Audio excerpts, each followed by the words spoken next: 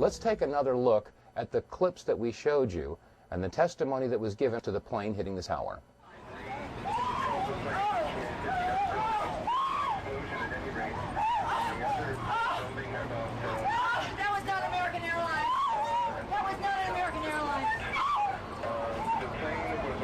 The entire top of the building just blew up. A second explosion and another explosion. We have a report now of a fourth explosion at the Trade Center. There has just been a huge explosion. It almost looks like one of those implosions of buildings that you see. We heard a very loud blast, an explosion. Not clear now is why this explosion took place. Do you know if it was an explosion or if it was a building collapse? To me, it sounded like an explosion. But it was a huge explosion. I saw the two buildings. I'm thinking it was a bomb because two of them. This is actually, we believe, debris from one of the planes that hit one of the towers on the World Trade Center. The FBI is here, as you can see. They had roped this area off. They were taking photographs and securing this area just prior to that huge explosion that we all heard and felt. At least 2 blocks, and we started running floor by floor. It started popping out. It was if they had detonated. Yeah, as if they were planned to take down a building. Boom, boom, boom, boom, boom, boom, boom, boom. All the way down. Big round of applause for Mr. Jeff King.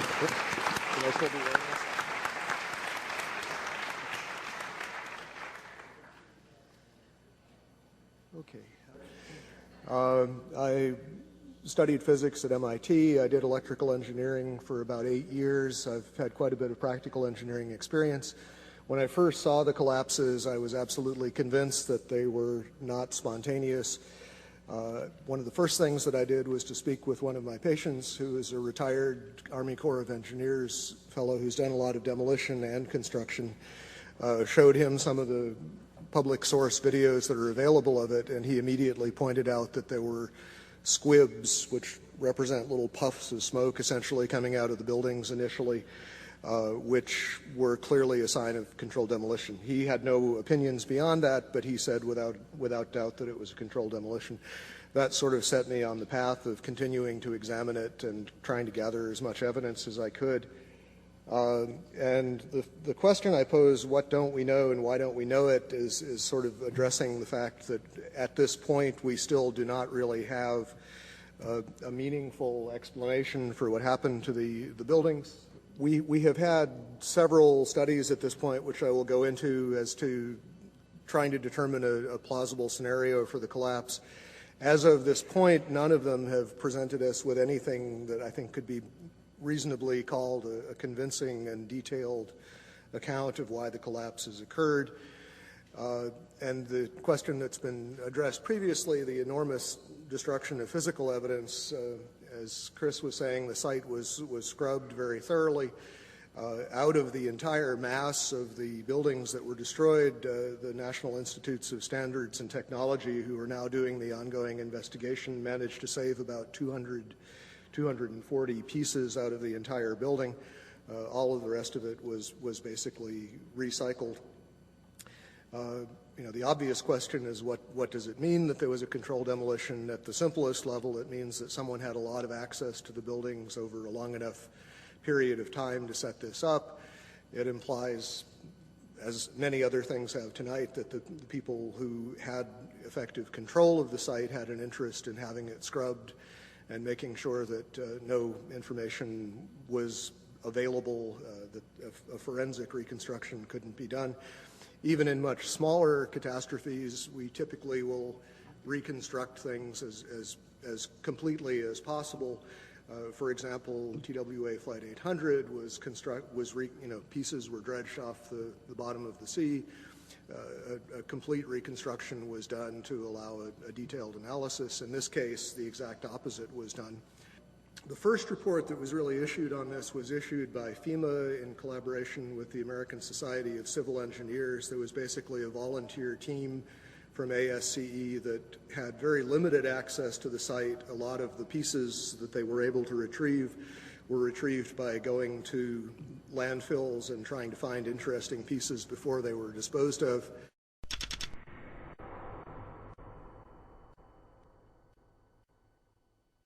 The initial FEMA report basically acknowledged that the kerosene would have burned off very quickly. What wasn't destroyed in the initial fireball would have been consumed fairly rapidly and would have only really served as an ignition for the rest of the material. And the second point being that the fuel here really was strictly office contents. If you think of a modern office with copying machines, computers, and as has been previously mentioned, the smoke, particularly from Building 2 just before it collapsed, was very black looking. This is generally an indication of an inefficient fire in which there is not enough oxygen for the amount of fuel. These types of fires typically burn very cool. They are not hot flames like blowtorches. The cores themselves, basically, if you've seen diagrams of the building, there's a large central rectangle in each of the towers that contained 47 columns. And these columns basically were the primary structural support of the building. They were given the role of supporting the whole gravitational load of the building. Since they were so strong, it would have been reasonable to think that they would have withstood, at least to some extent, the collapse. But in fact, as we see after the buildings collapsed, there was basically only little stubs of these things standing up a floor or two above the ground level. The cores did not have much in them that would burn. The cores basically were dedicated to things like elevator shafts, utility shafts, stairways. So you have drywall material, you have a little bit of carpeting, you don't really have any inflammable material in the core itself. The core was specifically designed so it could not function as a chimney. They did not want, in the case of a fire, for the fire to be able to travel through the elevators or for air to come in through the elevators. So they were designed with what this architect, Aaron Swirsky, I believe it was, referred to as a hermetically sealed system. There were fire shutters that were designed to close off the core in the event of an event like this. And those, as far as we know, functioned properly, which means that there was a very limited amount of oxygen available. Okay, as far as the issue of what failed and how, some of the initial suggestions, and these showed up in the NOVA documentary, which is a good example of what I like to call proof by computer animation. Thomas Egar, who was a material scientist but not a structural engineer, who became a spokesman for these documentaries, indicated that the floors had somehow failed, that the trusses supporting the floors had failed. This was the theory that was put forward actually in the initial FEMA report. Subsequently, there have been basically complete contradictions of that. Jim Hoffman has done quite a bit of research which is available on the web concerning the problems with this idea that the floors would have simply fallen. There was a study done by Weidlinger Associates. The chief engineer there was Mathis Levy, who's a very well-known authority on building collapses. He specifically disavowed the idea of pancaking or collapsing of the floors. And the most recent official report we have on this, which is from National Institutes of Standards and Technology, NIST, rejected the idea that floor collapse was part of it.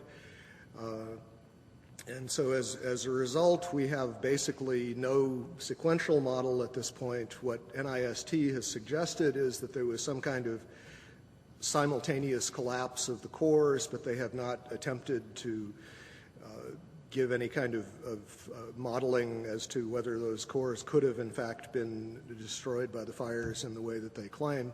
Unfortunately, the material that would have allowed a detailed fire analysis, the actual physical evidence, is all gone. One of the most significant things to my thinking that indicates that this could not have been the sort of collapse that we are told it was is the presence of the dust clouds. And as you've seen in the pictures, and I'm sure all of us have seen probably more than we would like, there were very, very large clouds of very thick dust that enveloped the area, that crossed the river, that made it almost all the way to New Jersey from the pictures that I've seen. This type of flow is something that we are familiar with in physics. It occurs in only two situations that we know of naturally. One is in volcanic eruptions where a large amount of material is suddenly exploded into the air and basically forms small